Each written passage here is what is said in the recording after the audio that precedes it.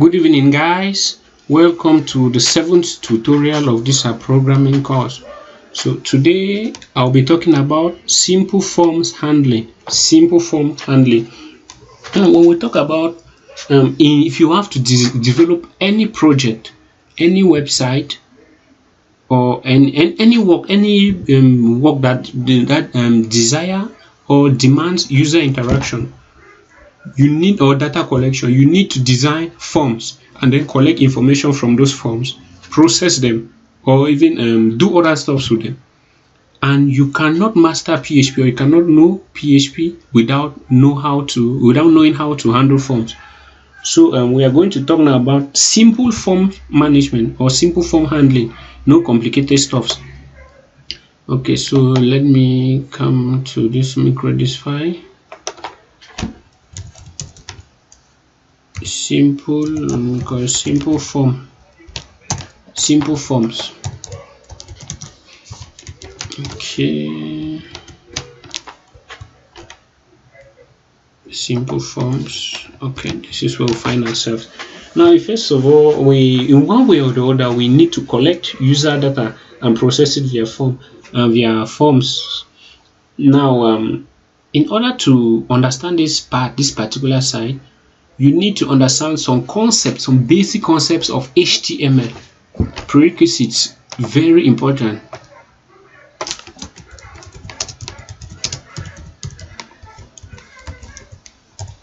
We need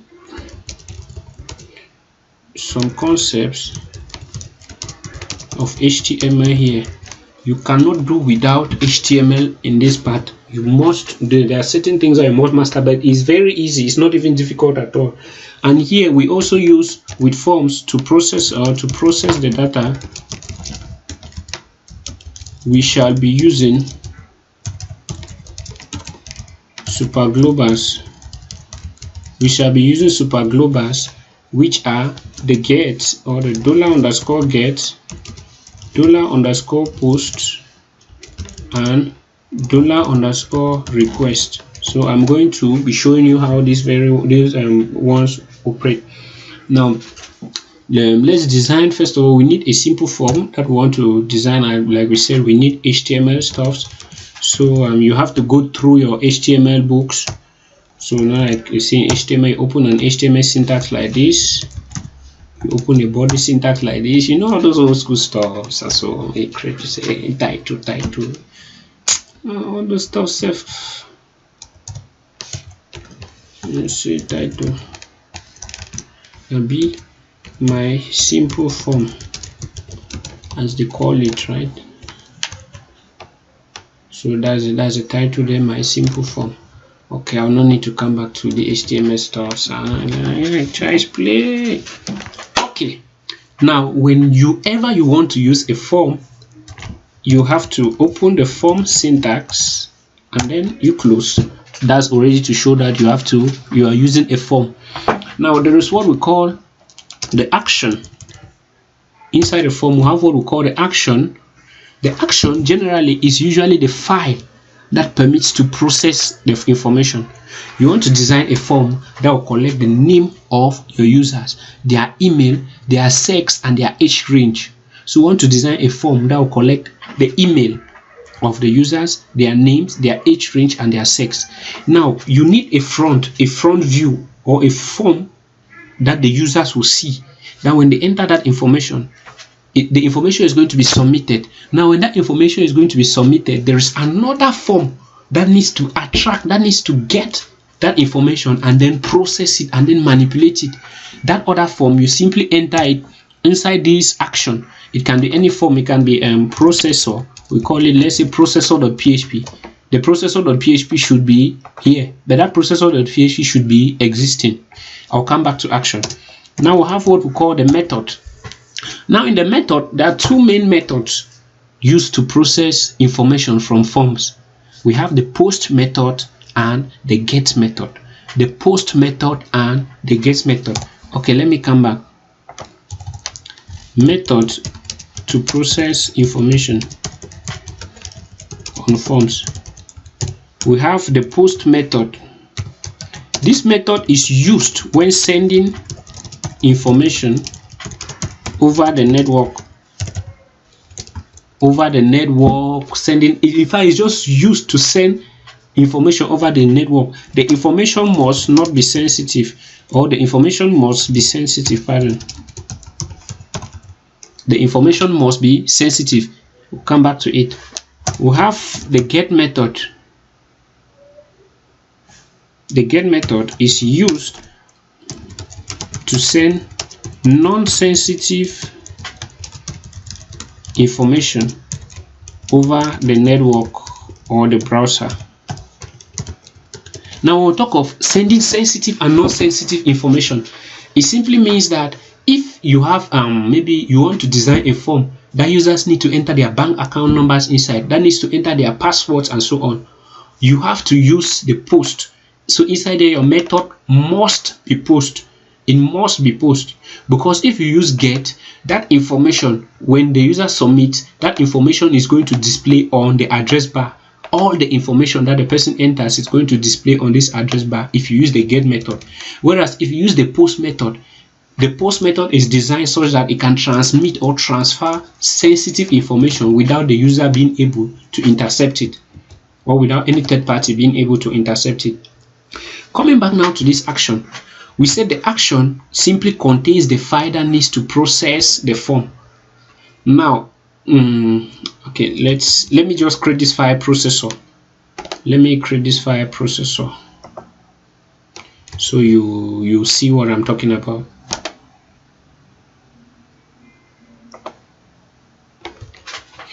Call this processor. So this is the processor. This is the processor file. So if I want this form to be managed, I simply, by the processor file, I simply enter my processor file. But there can still be a case where this form will be managed on this same page, where I want the result to display on this same page without me having to send it to another file for processing. So if you want this form to be processed on this same file, you simply allow it like that, empty. Or there's a global variable in PHP called echo $_server. I think is PHP _self.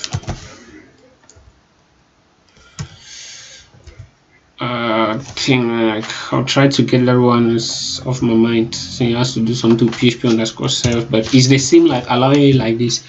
Now we'll use the two cases. Okay, so in order to write a form, you open your form tag and you close your form tag. Now we said we want to create a form that will accept the user's name. So it should accept the username. So let's refresh our form. It should accept the username. Okay, it should accept the user's email.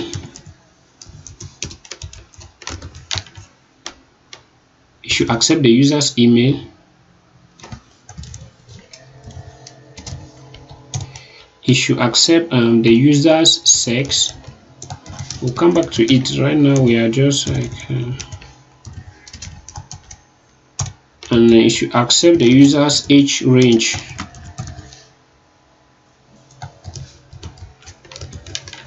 So we want a form that should be like this, where the user will enter his name, his email, select his sex, and then choose his age range, and then click on a submit button, and then that form is going to be processed. Now, like I said, we need basic knowledge on HTML here. If you need to design a form where the user has to input information, in HTML you use the input tag,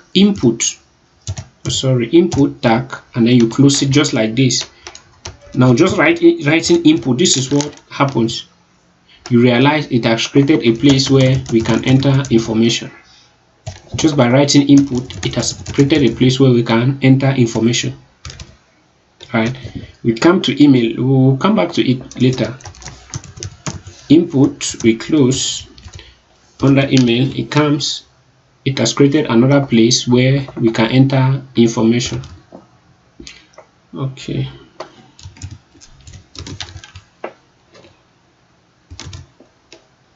Okay, simple.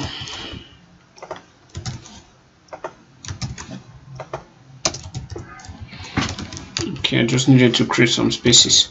Okay, now you want it such that when this form will be submitted, whatever the user enters inside here, should be considered as name, should be read as name. You want that whatever the user enters inside email here should be considered or should be read as an email. Now, inside this input, there are different types. You have to write a type is equal to. Inside input, we have a type submit, which is like for a submit button. We have the type password. When you want the information that should be entered there, should let the information display like a password. Type number, type color, type date, and so on. Type even file. Now, if we select the type text, whatever the user enters there inside name will be considered as a text. Now, if you select the type file, whatever the user enters there, you need to browse a file and then select the file. You see, that's the file we entered. If you select the type password, and they will refresh, whatever the user enters there will be considered as a password. You see, it's not visible, whereas here it's visible. Now, what we want here is a type text. There are so many types. A type text here, since it's an email, type is email. The type should be an email or a text. It depends on you. Text and email, they are the same. But here, email is strictly verified that it's of an email format. So in HTML5, you put email here.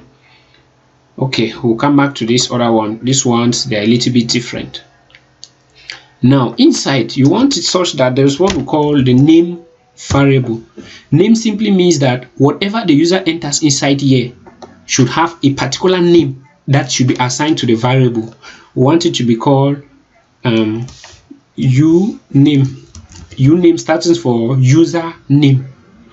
It means whatever the user enters here, it's going to be read as uname. We come here, name, we write the same thing, email, depends on you. So this one is already ready for utilization. So we have our uname and our email. Now, sex. How do we want the sex to display? Do you want it to be in the form of a drop-down menu such that the user can select sex, male or female? Or do you want it to be in the form of radio buttons? Anyway, I'll show you those two.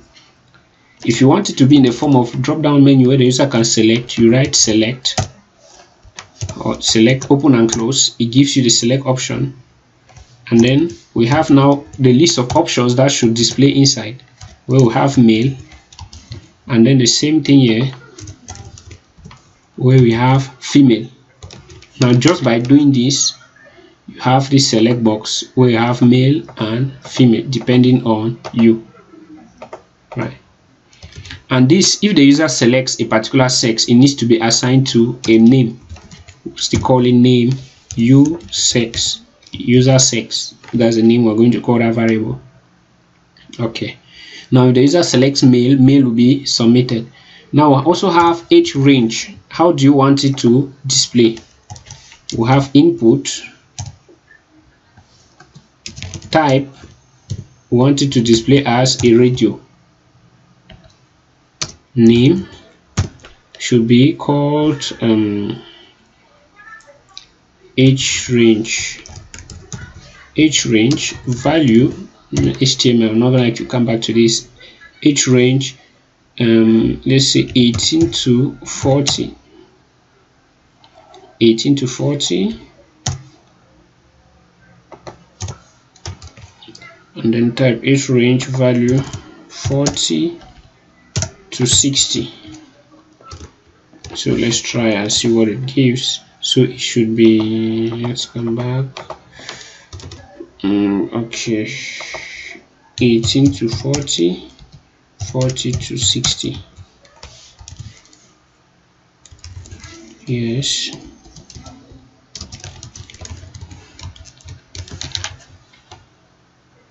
So the user can be, you see, it selects only one of them, and so on. So there are other different ways of putting information on the form, so we'll not check that now. Then now the last thing we need to do is a button. Now set input, there are different types. There's also a type called submit when you want to create a particular button, or when one that the user should click on a button and then submit the information. You see the submit query is showing submit query because no information has, or the variables have not been finished. So write a name is equal to, how do you want to call this button? Name should be send button. We'll call it send button. So it means that when they click on this, it should send a variable called send button. And then the value is what you want to write on it. Submit data, call it submit data, and then we click on this. So you see that that's a submit data button. We can click on it. See, we can click on the form. Okay, it's like, so do you want to, because it has considered the form has sent sensitive information. So it means here we can enter the name of the person's email, we'll select the person's sex, and then we'll enter the age range depending on you. Okay. So now this is what a simple form looks like. And then let's come back now to processing the information. We want this information to be processed on this same page. Now this is the most interesting part, processing the data.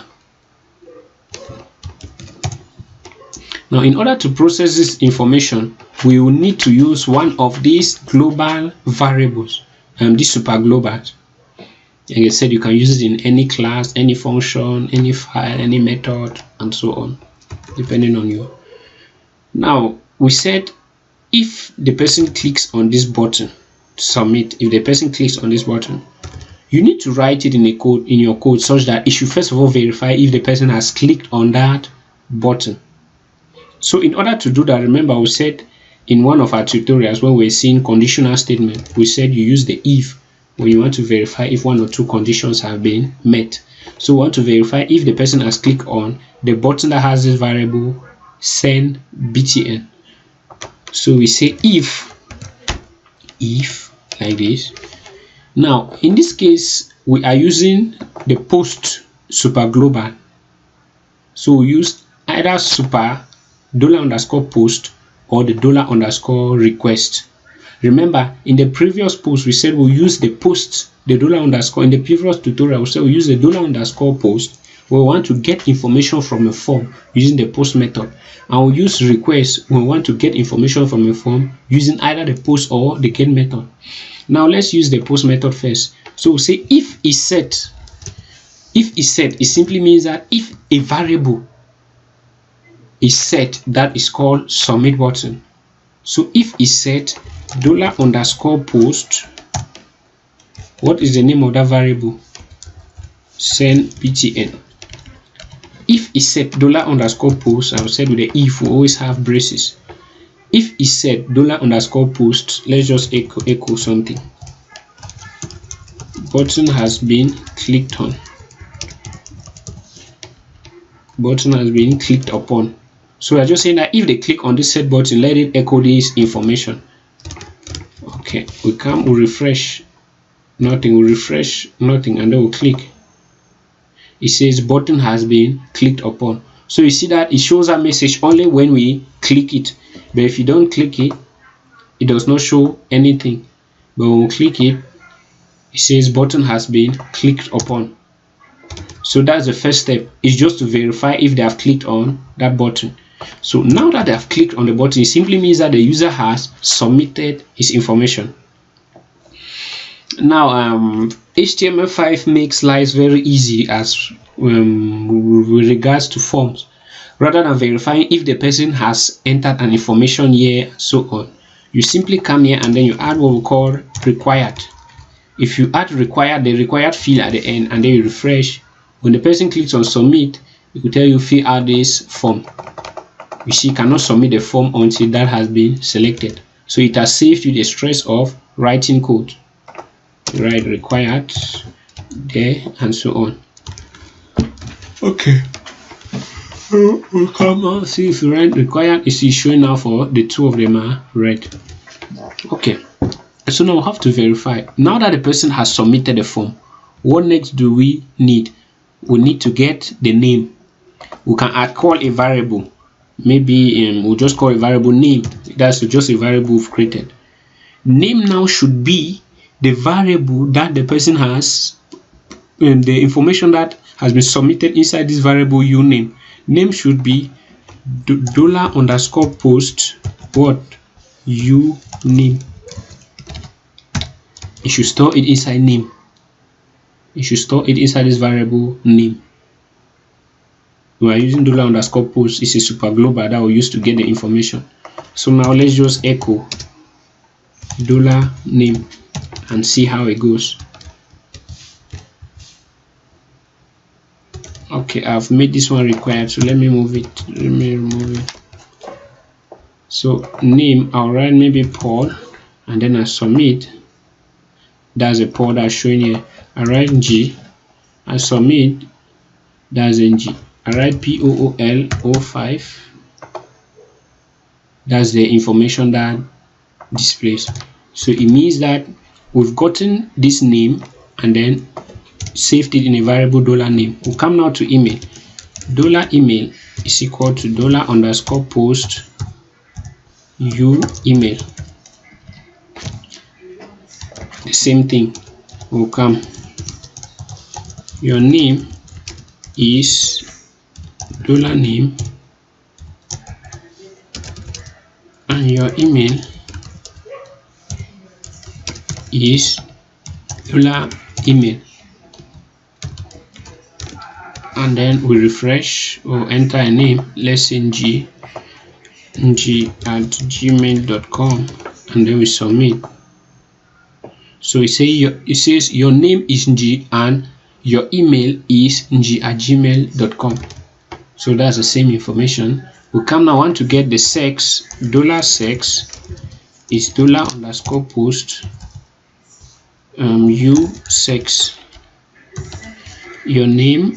Okay, let's just say your name G, email is this,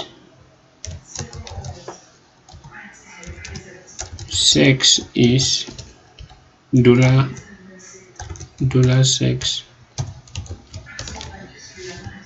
So let's refresh the information again.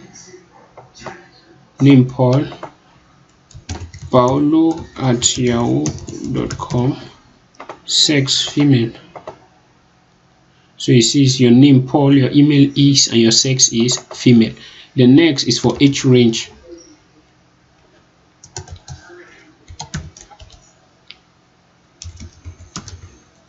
We just put age range is equal to, at this point we need to create a variable. $age is $_post. This is a variable age range. $_post age range, and then we save. So we'll call it here $age. So we've gotten this information already, and then so we want to get Paolo is a male and lies between 40 to 60 years. So it says your name is Paul, email is this, sex is this, and age is this. Now remember, 40 to 60 years is this. It's getting by this information that's inside the value. That's what it's getting. Now assume you want to take this, and then we take a different sex, we take the same a different email, we take G, and then we submit. So you see that the age range has changed, the sex has changed, and the email has changed as well. So here we are just simply displaying the information. The information we got, we are just simply displaying it without processing it in the database. We are not processing it in the database. We are not displaying it inside a file, and so on. Now let's look at this. This was using the post method. Now I want to use the request method. Let's see what happens. We use $_requests, $_requests, $_requests, $_requests, $_request. We submit the same form.